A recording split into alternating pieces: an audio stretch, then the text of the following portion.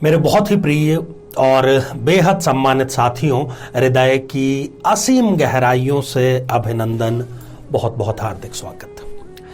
साथियों, चर्चा घर को बचाने की चल रही है। चर्चा ये चल रही है कि कैसे टूटते हुए रिश्ते को बचाया जा सके, और प्रत्येक लग्न पर हम चर्चा कर रहे हैं। और आज बारी है सिंह लग्न की जन्म पत्रिका का विश्लेषण करने की।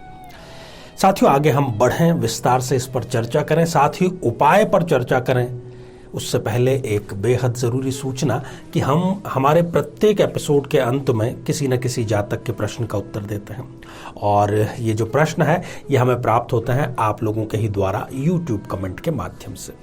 तो साथियों, जब भी आपको अपना कमेंट लिखना हो, उसके ठीक पहले आपको लिखना चाहिए #आचार्य चंद्रकांत, और इसके बाद में आप अपना कमेंट लिखें। और साथ ही इसी एपिसोड से संबंधित एक बेहद ही आसान सा प्रश्न जो आपके ज्योतिष के ज्ञान को बढ़ाने का कार्य करेगा, उसका सही उत्तर साथ में लिखा होना बेहद जरूरी है। तभी हम उन्हीं कमेंट्स में से किसी एक भाग्यशाली कमेंट को शामिल कर पाएंगे। तो आइए साथियों, बिना किसी देरी किए सिंह लग्न की जन्म पत्रिका पर दृष्टिपात करते हैं।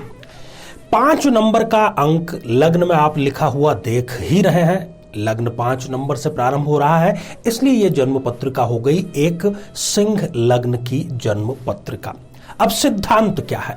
सिद्धांत यह है कि यदि इस जन्म पत्रिका का अष्टमेश अर्थात गुरुदेव अर्थात बृहस्पति यदि सप्तम भाव में, विवाह के दाम्पत्य के भाव में जाकर के बैठ जाए, एक तो ये स्थिति, और दूसरी स्थिति है कि शनि और सूर्य, शनि इस जन्म पत्रिका में सप्तमेश है और सूर्य देव इस जन्म पत्रिका में लग्नेश हैं, एक दूसरे पर पूर्ण दृष्टि का पात कर रहे हो। तो इसको कैसे आप देखेंगे कि एक दूसरे के ठीक सामने हो, एक से दूसरे में उनकी जो 7वीं और स्पष्ट दृष्टि है एक दूसरे पर यदि पड़ रही है।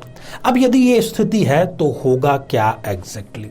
जब जब इस जातक को गुरु की दशा अंतरदशा आएगी, सूर्य की दशा अंतरदशा आएगी, या फिर शनिदेव की दशा अंतरदशा आएगी, इन तीनों ही स्थितियों में इस जातक के जो दाम्पत्य जीवन है उसमें खटास उत्पन्न होना प्रारंभ हो जाएगी, और जो डाइवोर्स की देहरी है उस पर जाकर के ये खड़े हो जाते हैं, बशर्ते कि इन्होंने कुंडली मिलान करके विवाह ना किया हो तो। अब इतना ही काफी नहीं है। जब जब ये दोनों स्थितियां सिंह लग्न की जातक या जातिका की जन्म पत्रिका में होती है, उसकी कुछ और विशेषताएं होती है, ताकि आप अपनी जन्म पत्रिका और अपने व्यक्तित्व में यदि वो विशेषताएं देखते हैं तो फिर इस बात को आप पुख्ता और स्पष्ट रूप से समझ सकते हैं। और साथ ही ये तीनों ग्रह, सूर्य, शनि और गुरुदेव, यदि इनमें से कोई एक या अधिक ग्रह 0 डिग्री का या 28, 29 जैसी अंतिम डिग्रियों का यदि हो जाता है, तब फिर ये बात फलीभूत नहीं हो पाएगी जिस पर कि हम चर्चा कर रहे हैं। तो ये जो जातक है ये बहुत ही यशस्वी होता है। ये ऐसे स्थान पर जाना पसंद ही नहीं करता जहां पर इसका कोई सम्मान ना हो। हमेशा ये चर्चा में बने रहना चाहते हैं। धन और प्रतिष्ठा की इनके अंदर एक प्रकार से बहुत गहरी और बहुत ही स्ट्रॉन्ग भूख होती है।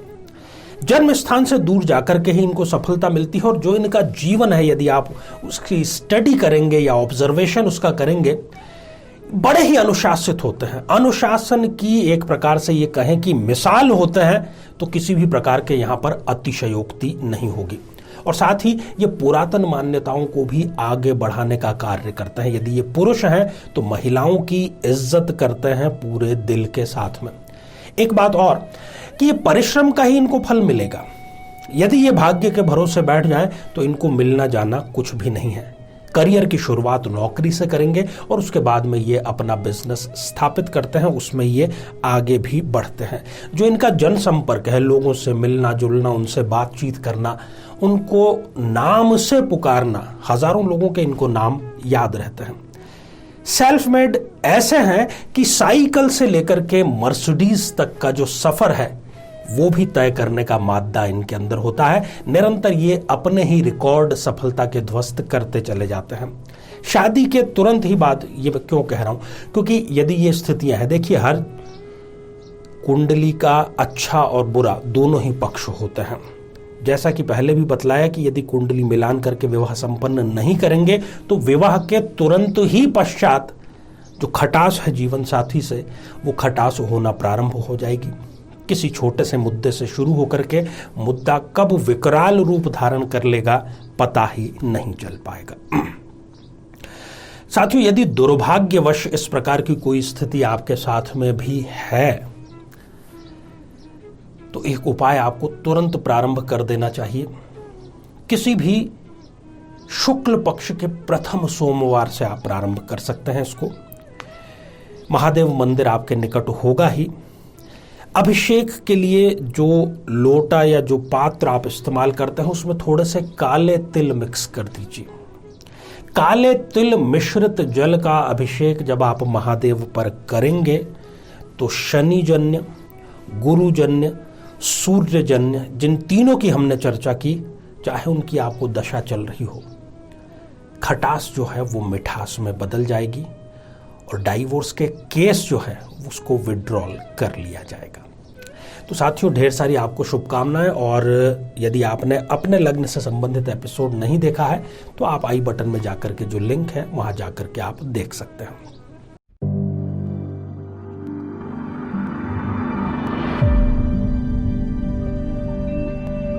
और आज हमने कमेंट शामिल किया है आभा साईं जी का, जो कि इन्होंने लिखा है संभलपुर ओडिशा से। और आपने पूछा है कि शादी में इतना अधिक डीले क्यों हो रहा है। देखिए, आपके सप्तम भाव में शनिदेव है और शनिदेव का कार्य ही यही है कि कार्य में देरी करना। तो वो शादी के स्थान पर बैठे, वहां पर उसको देरी करना है। लगभग 2 वर्ष की देरी ये और करवा सकते हैं। देरी न हो इसके लिए आप महादेव पर शहद का अभिषेक अवश्य प्रारंभ कर दें।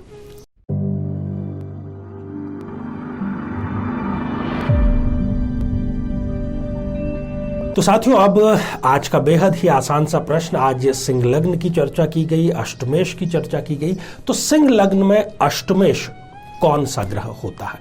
साथियों, आप सभी स्वस्थ, समृद्ध और शांतिपूर्वक जीवन व्यतीत करें। नमस्कार। जीवन में किसी समस्या का सामना कर रहे हैं, जैसे कि शादी में देरी होना, पति पत्नी में मनमुटाव या तलाक तक की नौबत आ जाना, संतान का प्राप्त न हो पाना, नौकरी या धन प्राप्ति में बाधा आना, जीवन के प्रत्येक क्षेत्र में किसी न किसी प्रकार की बाधा आना, तो आज ही अपनी जन्म पत्रिका का संपूर्ण विश्लेषण करवाएं और पाएं समस्या से सदैव के लिए मुक्ति।